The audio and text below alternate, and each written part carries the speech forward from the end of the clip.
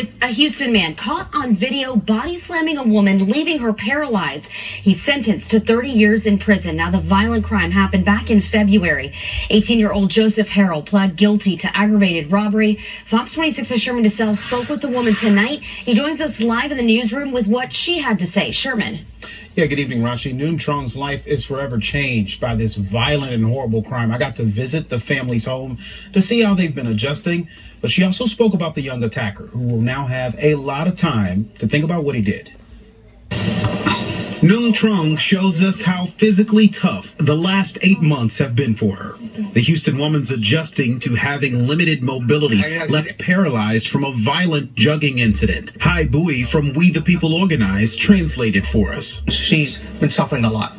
You know, she wanted to get standing to use her legs, but she can't. It's still a lot of pain and suffering. The single mother of 3 has not been able to work. She also uses diapers every day since she can't use the bathroom on her own.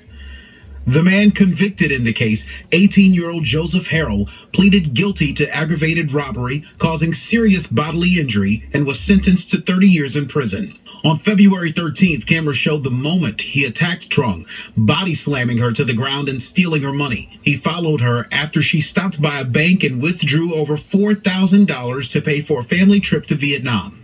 The DA's office says Harrell, who is a suspect in other robbery cases in the city, was facing 5 years to life in prison. With all of that evidence stacked up against him, I believe he thought it was in his best interest to take the 30 years that we had offered him. Despite the difficulty, Trong has been staying positive. In June, she and her children were able to visit family in Vietnam and brought her mother back with them to help around the house. Yeah, she helped us a lot, like tremendously, like cooking, cleaning, and everything. But finances are still tight. Insurance is not covering the cost of therapy or medications. The family says the community support has helped a lot. Nung tells us she makes the best out of the situation and also hopes the best for Harrell. She's very happy, Sherman.